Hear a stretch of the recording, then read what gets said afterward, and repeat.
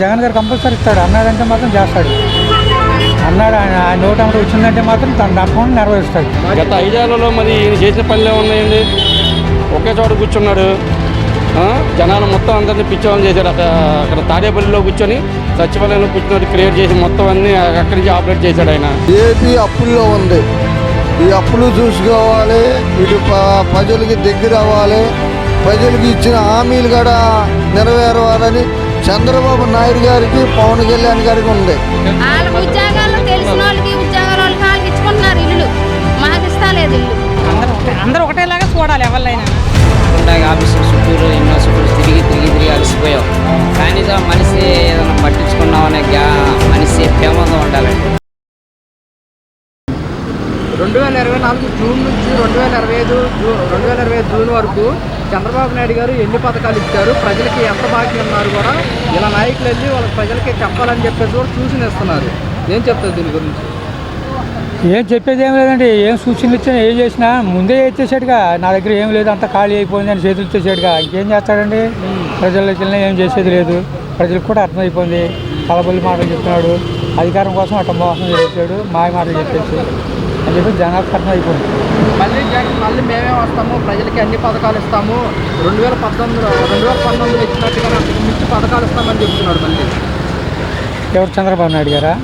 జగన్ గారా? జగన్ గారు కంపల్సరీ ఇస్తాడు. అన్నాడంటే మాత్రం చేస్తాడు.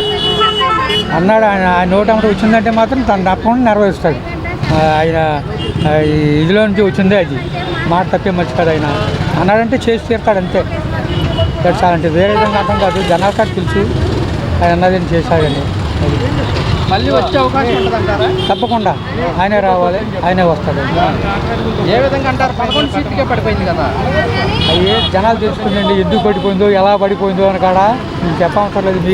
మీలాంటి వాడి కాళ్ళకి తెలుసు, మీడియా వాళ్ళు కూడా తెలుసు ఏ రకంగా పడిపోయింది అనేసి.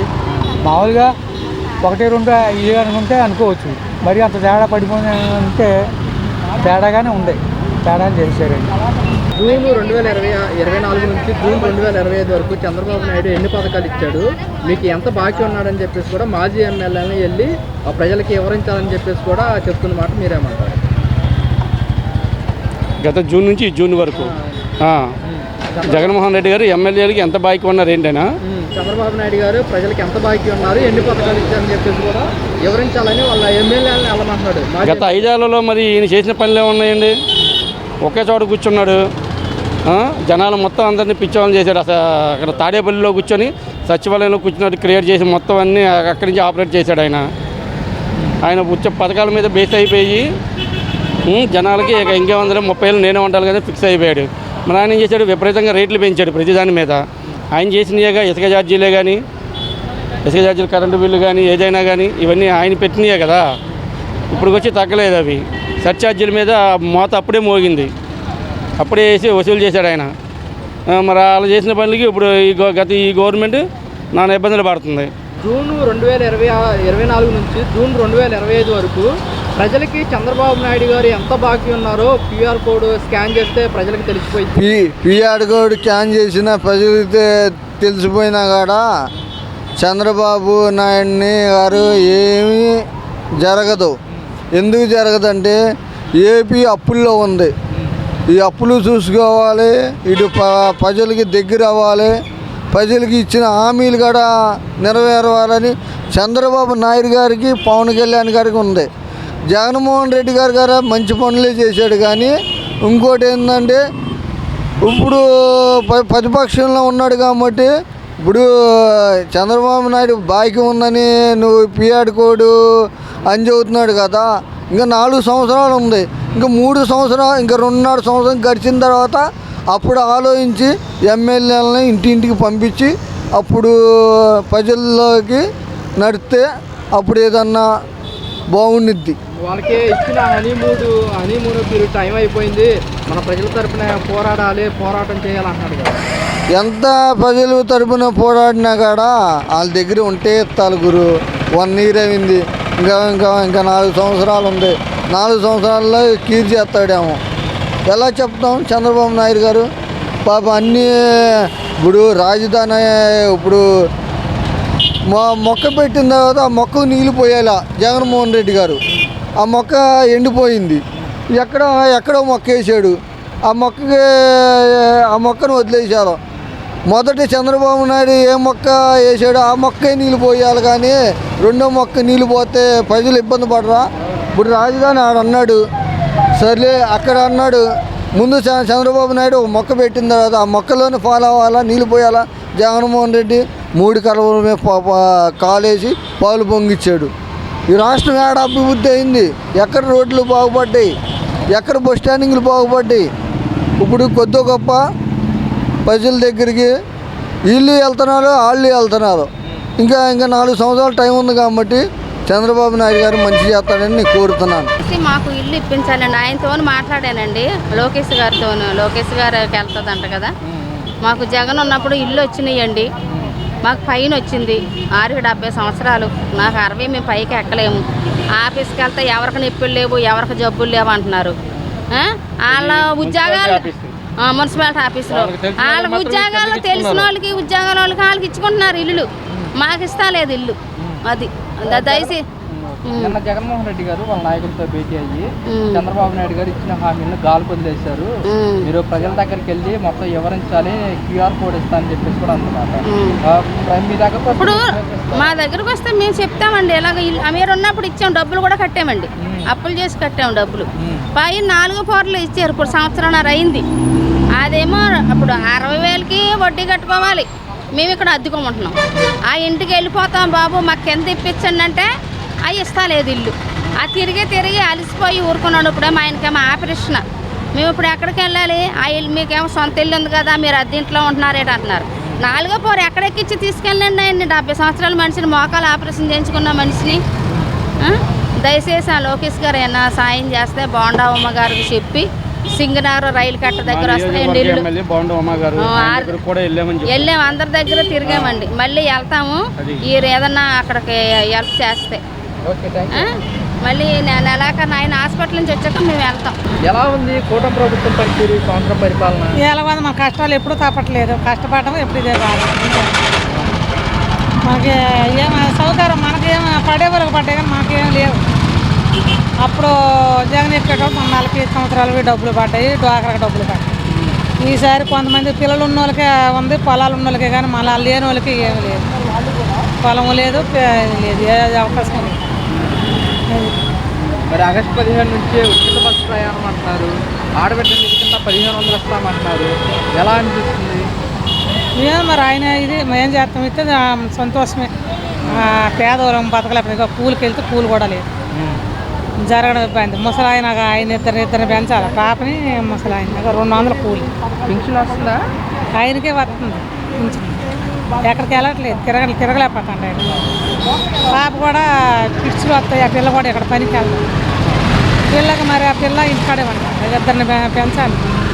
నాకు 200 కూలి, వెళ్ళిపోతాను నేను పొద్దున్న 6ంటికి వచ్చాను. నిన్న జగన్మోహన్ రెడ్డి గారు వాళ్ళ నాయకులతో భేటీ అయ్యి మనం ప్రజల్లోకి వెళ్ళాలి, చంద్రబాబు నాయుడు గారు పథకాలు ఇచ్చి మోసం చేశారు, మనం వాళ్ళకి చెప్పాలని చెప్పేసి కూడా అంటున్నమాట. వస్తే మీరు అంగీకరిస్తారా? ఎవరు?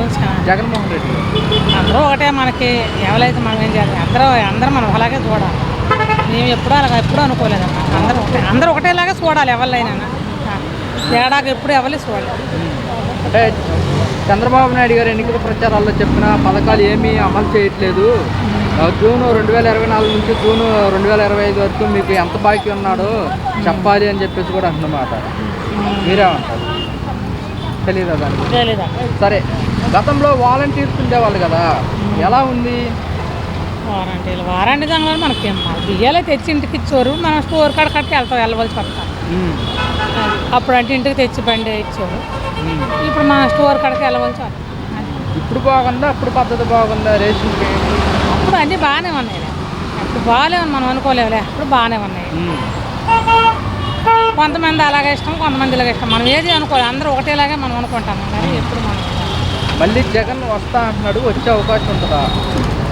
ఇంకా మన ఒక్కరి వల్ల అయిపోతుంది, అందరి వల్ల అయితేనే అవుతుంది. అమ్మా 4 చేతులు కలిపితే కదా ఏదైనా, ఒక చేయి కలదు అవ్వదు కదా. ప్రభుత్వం పనితీరు, ప్రభుత్వం బాగానే బాగుంది, కానీ పిల్లలకి డబ్బులు పడలేదు.